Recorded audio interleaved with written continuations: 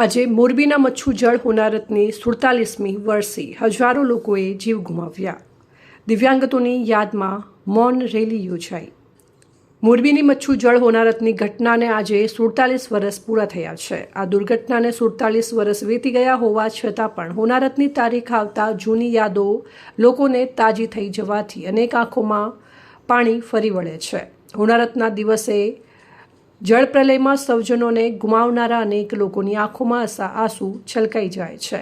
11મી ઓગસ્ટના દિવસે મોરબીના રહેવાસીઓ ક્યારે પણ ભૂલી શકે તેમ નથી, કારણ કે આ દિવસે આજથી 47 વર્ષ પહેલાં મોરબી નજીકનો મચ્છુ બે ડેમ તૂટ્યો હતો। તે સમયે શ્રાવણ મહિનાના પવિત્ર દિવસો અને સાતમ આઠમના તહેવારો હતા અને લોકો તહેવારનો આનંદ માણી રહ્યા હતા।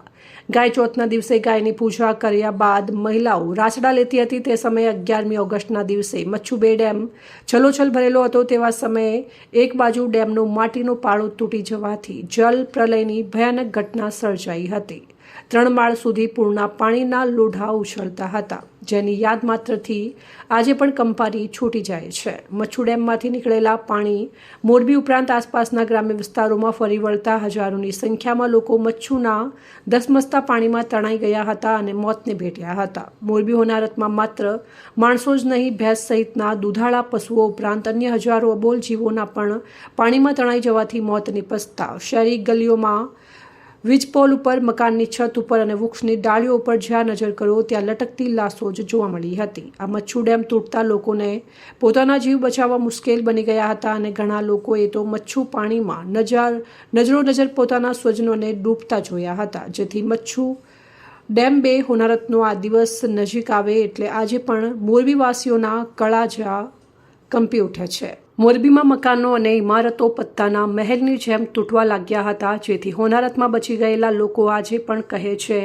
કે તેઓને ભગવાને જ બચાવ્યા છે, નહીં તો મોત તો તેઓએ પોતાની નજર સામે જ જોયું હતું। પૂરનું પાણી ઓસરવા લાગ્યા બાદ એક બાજુ મોરબીમાં લાશોના ઢગલા, ગંદકીના ગંજ હતા।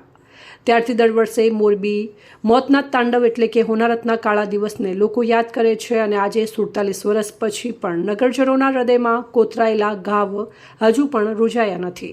દર વર્ષે 11મી ઓગસ્ટના દિવસે મોરબીમાં દિવ્યાંગતોની યાદમાં મૌન રેલીનું આયોજન કરવામાં આવે છે। તે રીતે આ વર્ષે પણ મૌન રેલીનું આયોજન કરવામાં આવ્યું, જેમાં રાજકીય, સામાજિક આગેવાનો સહિતના લોકો તેમજ અધિકારીઓ પણ સફેદ વસ્ત્રો ધારણ કરીને જોડાયા હતા।